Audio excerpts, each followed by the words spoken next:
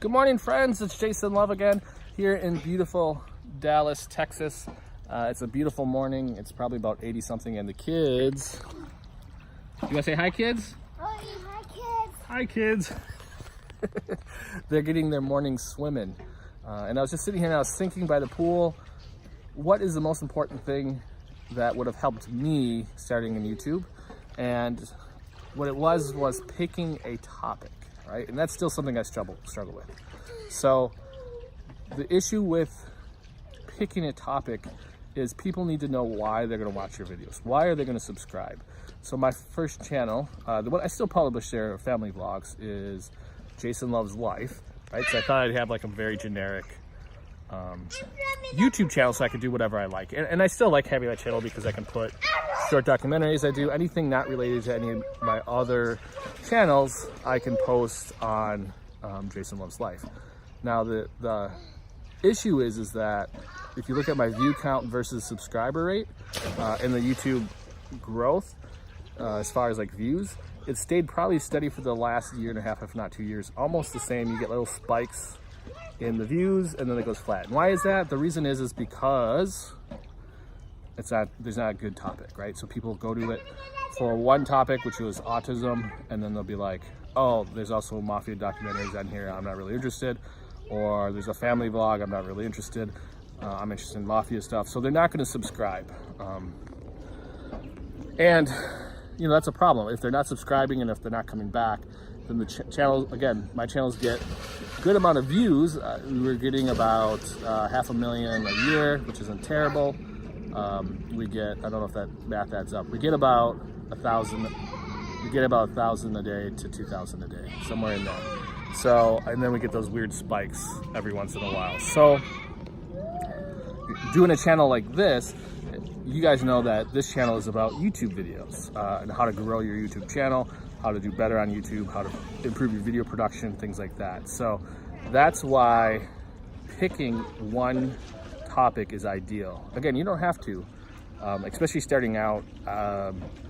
I just was talking to one of my students the other day. He wanted to do like cooking, and he had like 5 things that he wanted to do on his channel. And I said, yeah, what you want, you know, if that situation, what could be a good idea, which I found was a good idea for me. See what videos you like to make. Don't hold yourself back. Eventually, if you want to be successful, you're probably going to have to pick a topic or a style or something that people can be like, oh, this is what I expect on this channel. It'd be like watching It's Always Sunny in Philadelphia, showing up, and then all of a sudden it's, I don't know, some action. All of a sudden it is NCIS, right? If you went to watch Sunny in Philadelphia and it's NCIS, you'd be like, oh, that's like, what, something's wrong here.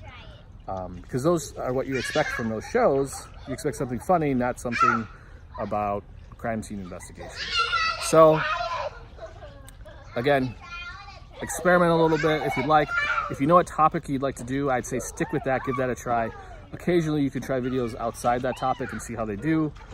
Some people have successfully been able to merge a bunch of topics, and that's fine as long as there's an overarching like expectation of what they're going to get. So like Casey Neistat's a good example. You might do a tech review, you might just do a vlog, you might talk about exercise, productivity, right? So he's really like lifestyle design, which is a very broad topic, but those are not the norm. The norm is going to be, you know, people who do specific things. So like my friends at Fathering Autism, they vlog, but most of it is about their family and having a child with autism.